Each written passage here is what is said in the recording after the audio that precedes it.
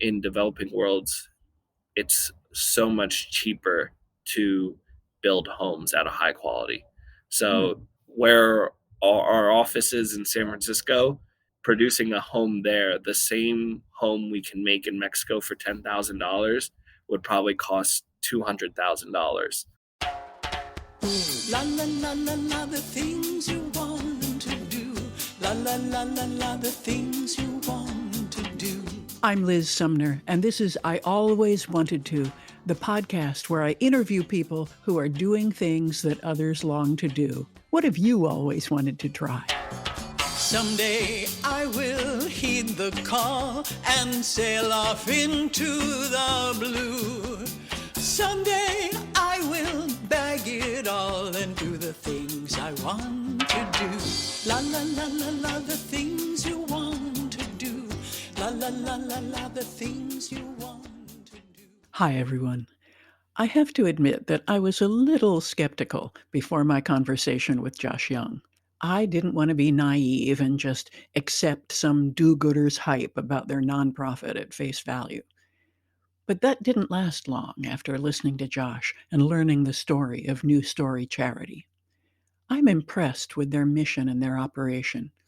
It's refreshing to hear about novel solutions being worked on by organizations that really want to make a difference in the world and understand its realities. And it seems clear to me that New Story partners with local communities and gets buy-in and doesn't try to ride in on a white horse and say, "We know best." Josh was outdoors when we were talking, so you'll hear some environmental noise. I hope it's not too distracting. Listen and see if you agree that New Story has an approach that makes you hopeful. I'd love to hear what you think. Here's the interview. My guest today is Josh Young.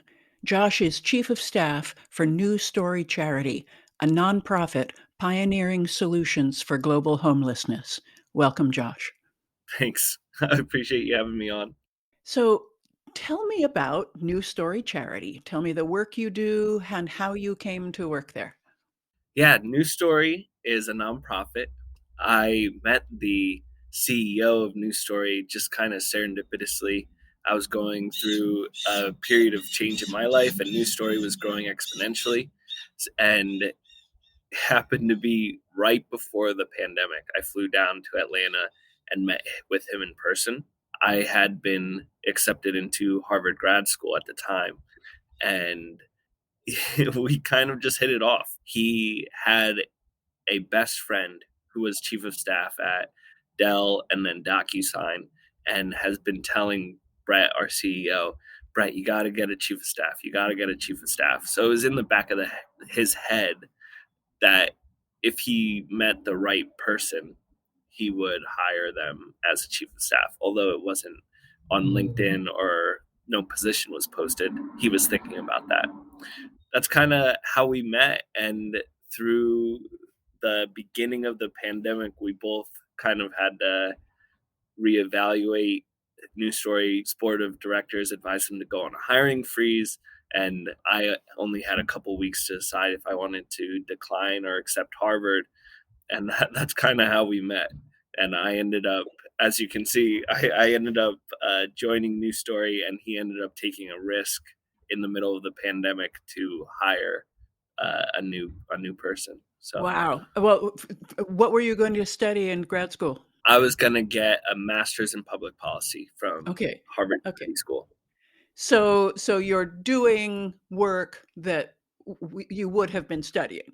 Yeah, more or less. This in politics. Yeah. Although I hadn't, before meeting Brett and the New Story team, I hadn't really thought about international work. So joining has made me dream bigger and just think about global issues. Okay. Well, so tell me more about what New Story does. We started back in 2015 with an idea to do things differently in the world of nonprofits. So New Story was created in one way, a new story for families we help serve. Getting them a new house is the foundation for a whole new life. And then two, New Story for charities and nonprofits.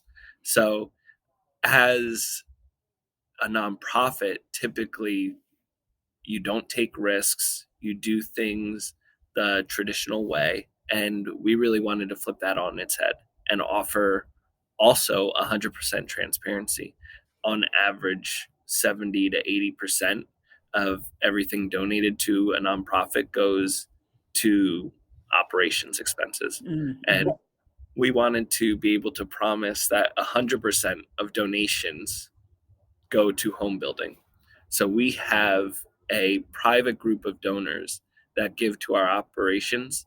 Right now, it's about 60 wealthy families, a couple corporations, and they fund our salaries, our events we host, any other type of risk taking we want to do.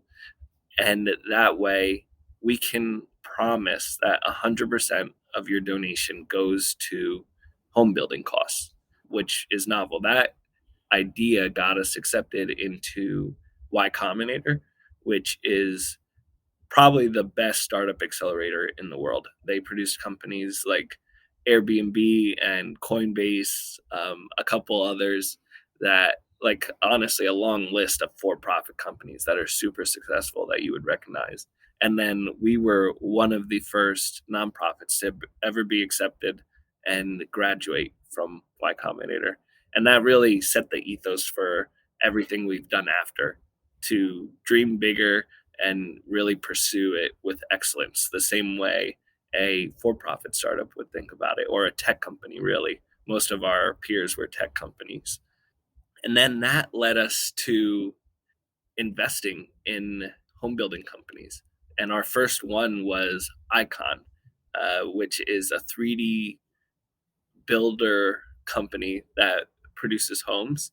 We pioneered the first 3D printed home, and we took it to those who needed the help the most, when typically people most in need see innovation last, if at all. So we wanted to flip that on its head and bring it to them first, and that's what we did. We went viral for this initiative. It got picked up by Apple TV Plus, and they put it in their documentary series. Then we were featured on the front of the New York Times. A YouTube clip went viral that produced like 1 billion impressions worldwide. So it was all in all like an awesome thing for News Story. Plus, we increased the speed of construction. Through this process, we're decreasing the cost of home building, all while either maintaining or even increasing the quality of home building. There's 1.6 billion people in the world that are currently homeless or living in inadequate shelter, and the UN is projecting that number to grow to 3 billion by 2030. So the solutions aren't keeping up with the problem. They're, in fact, like, the problem's growing. So we know we need to do things differently. And that's why we set out to do 3D printing. That's why we set out to do other innovations in our communities. And that's why we focus on this problem. Help me understand how I don't know a lot about 3D printing. Basically, the only time I've seen it in action is at my dentist's office when he's building me a new tooth. So, tell me how 3D printing works on a home-sized scale. So basically, it looks the same way. It's just a giant printer, right? And then a cement mix. It's a proprietary cement mix that comes out of a funnel, producing the walls in like a roll. An algorithm programs it, leaving space for doors and windows to be put in afterwards, electrical outlets, plumbing, and it looks like soft serve ice cream coming out. So like it just like goes around, and then it dries, and in 24 hours of printing time you have a fully produced home. Wow. Wow. Yeah, Why isn't this being done everywhere? I mean, it's just so new, it's so novel. So Icon, our partner, they recently got a NASA contract Oh, to build habitats on Mars, and then they're also doing both for profit and even nonprofit work in Austin, Texas, where they're based. And then at some point, New Story will continue to work with Icon. Maybe not within the next couple years, but we have a strong partnership and a good relationship with their team, and they want to do more work with us. So is this scalable on a size big enough to address this problem? That's the hope. So the reason we are doing it this way and pioneering solutions to end global homelessness is because we know we can't do this work alone. There's too many affected. We're hoping that we can prove that certain innovations work in this space, and then other for profits, nonprofits, government entities, social enterprises, everyone does work that addresses this problem. And then in that way, we can start to bring down the total number of people homeless in the world. Really, that's the only way you can address a problem so big. Similar to climate change, you need radical innovation and a lot of buy-in from a lot of different entities. It's probably climate change is the only thing that affects more people than homelessness in the Yeah. world. Does New Story intend to stick with 3D printed housing or hand that off to somebody else and come up with new creative solutions, or both? Probably both. Icon has their complete focus into 3D printing. There's a couple other companies now that are also 3D printing homes. Our focus is always going to be on building homes cheaper, faster, and at the same or even improved quality. So any innovations that fit that, that's what we're going to set out to do. Right now, we use 100% local labor and local materials. So even with the 3D printer, some parts of that proprietary mix is bought locally, and then producing the roofs, the doors, the windows, all of that's required labor, and we use local labor to do that. So we're really empowering the entire economy this way. So focusing on housing and serving people in need of home, but also entire communities of people, kind of raising them up and getting community buy-in. We think that's super important to do. We don't want to end up in a situation where helping hurts, which Yeah. can be the case. Where are your projects and how did you choose where to put them? We started in Haiti. So the reason we started in Haiti is because our founder and CEO went on a mission trip to Haiti, new in his Christian faith, and just was floored by what he saw. First time traveling internationally, definitely first time in a developing world, and just couldn't believe what he saw. Just people living in tarp tents, dirt floors. We call it survival mode living, where all you can think about is trying to survive to the next day. And on these tarp tents were very well known nonprofits, organization logos. And he figured there has to be a better way to serve these people than tarps. He wanted to produce high quality homes that could be passed down for generations, and could find a nonprofit company that did something like that. So he decided he's going to do it himself. Set out to fund just one home, and I mean, if you ask him, he never imagined it would turn into what it's turning into now, where our goal is to house 1 million people by 2030. We'll have more with Josh Young about New Story's goals and how they choose where to build after the break. So we started in Haiti. Our hearts are in Haiti. It's just a tough. They get hit by so many natural disasters, and there's a lot of need there. And then we ventured into Latin America. A couple of reasons our focus is in Latin America. The main one being there's a lot of need, but there's a lot of need throughout the world.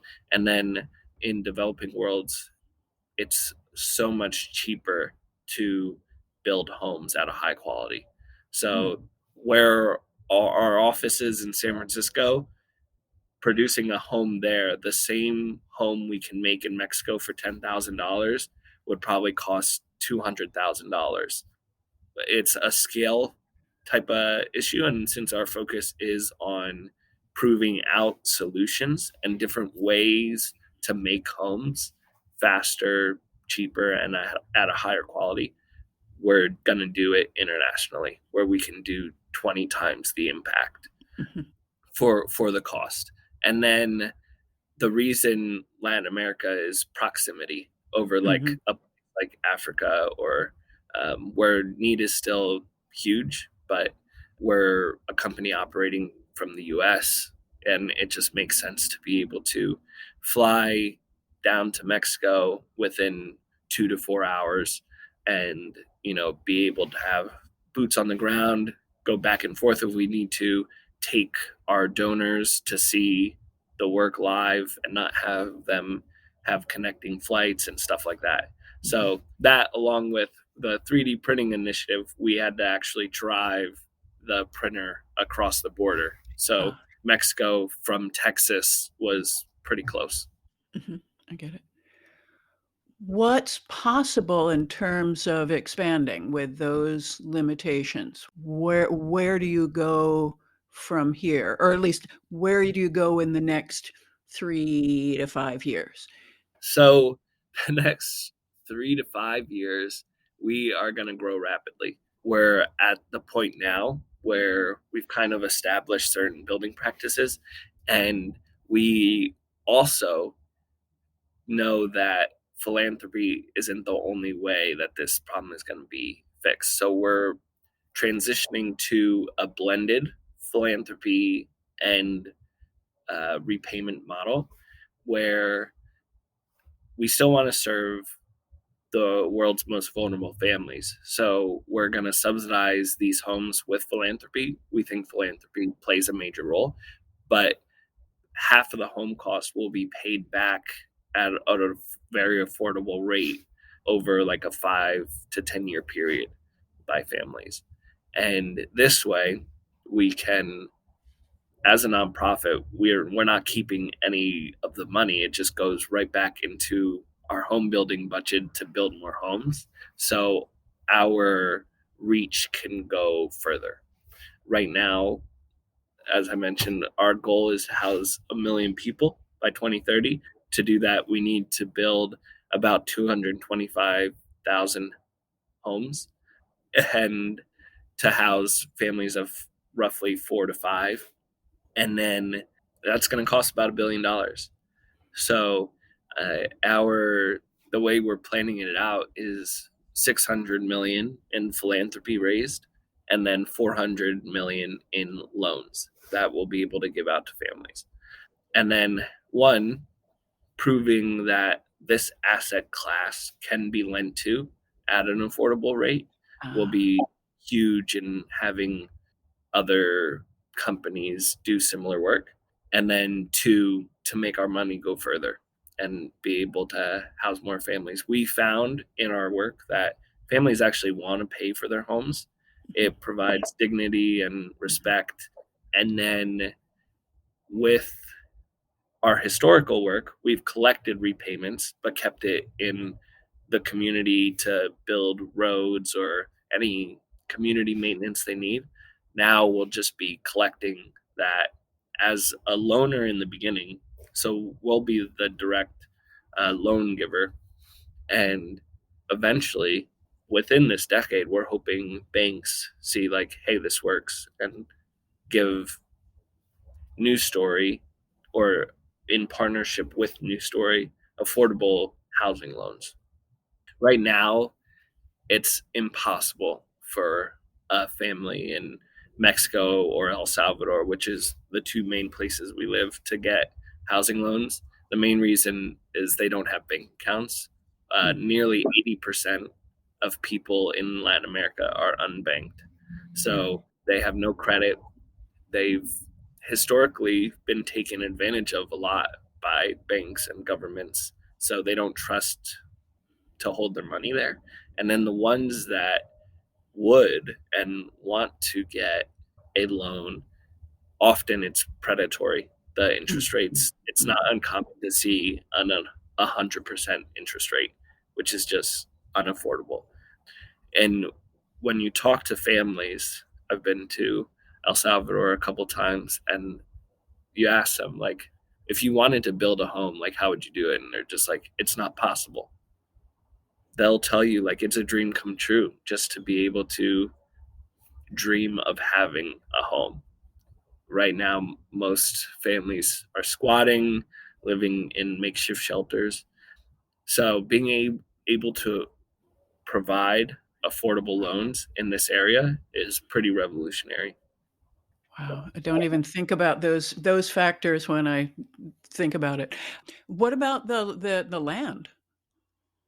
Yeah, the land, we are starting to acquire land ourselves to have more authority over the projects we do and the people we're serving, and you know expedite the process of building. And historically we've been granted land by governments. That's how we Mhm, would choose our projects. mhm, And now we're at a place where we can acquire land. We are still taking government grants to do work, but for the most part, I think we'll be either acquiring land, or in some cases in Mexico, families are owning their land already, but can't get a loan to build a high quality home. mhm. And we'll be doing some incremental housing at a demand driven type model. So families will come to us, say they have land, they need a home. We verify that, one, they're in need, so Mhm. they're within an income range that we serve, and then two, that they are the sole owners of their land. And then we can build a home that they're proud of, right on land that they already own. Wow. How many have you built so far? Close to 3,000. We've Wow. built 3,000 homes, changing the lives for close to 15,000 people. Yeah. Wow, that's great. And it sounds as though there are so many facets, different kinds of work that New Story has to do. That I mean, like verifying that people actually own their land, and setting up banking and loan stuff. I mean, there. How can your organization manage so many different types of the process? One thing is we've been blessed to have awesome local partners. Mm. So we partner with organizations in Latin America. In Mexico, it's Echele. In El Salvador, it's been Gente Ayuda Gente. And now Hope House is another organization, Bitcoin Beach as well.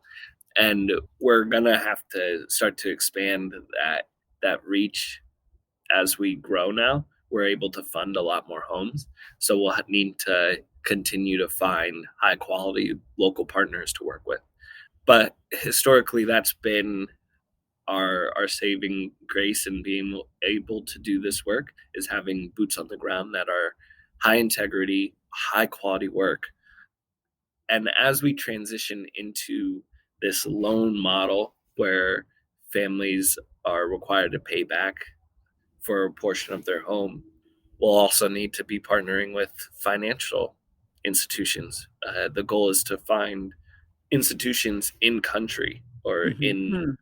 that we can support. We pay everybody at a profit, so empowering even that section of the community as well. Everything within the construction life cycle, in making housing more affordable and more accessible, is within range of what we're trying to prove. So each community, it's built with a purpose for us and for the world just to prove that some aspect of the construction life cycle is possible. And then we share everything we learn as we try to do it the right way. And that way more organizations know best practices. So, New Story is happy to share your way of doing things so that other charities can do the same thing, can copy you? Absolutely. Our hope is that other organizations copy us and we'll help them copy us. Again, like that's the only way we're going to make a dent in this issue. Mhm.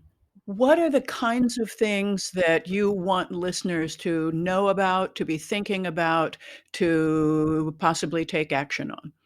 With this mission that we're set out to do, we need very generous hearts and supporters for this work. So sharing the work we're doing is always helpful.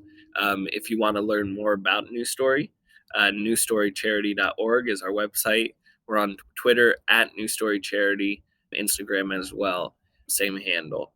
And that alone, like having people care about the global homelessness issue, is a major factor that we're working towards. And then if it's on your heart to get involved financially, then we have a couple different options. One is for the builders group that I mentioned, which is our private donor group that funds our operations. That private donor group is a $50,000 a year minimum, and then they get certain perks, and they're really partners in our organization, making our work possible. The other way is the neighborhood, which started during the pandemic as a way to do rent relief in the United States when we had to pause building internationally, and has grown into a way for the masses to contribute to global homelessness, the issue. 100% of those donations go directly to home building costs, and you can join the neighborhood directly from our website.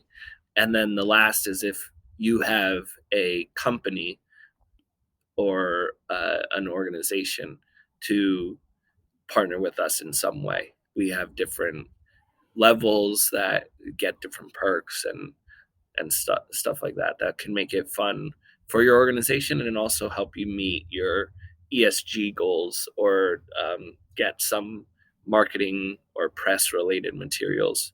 And we have an in-house brand team that is literally the bomb. Like they do excellent work.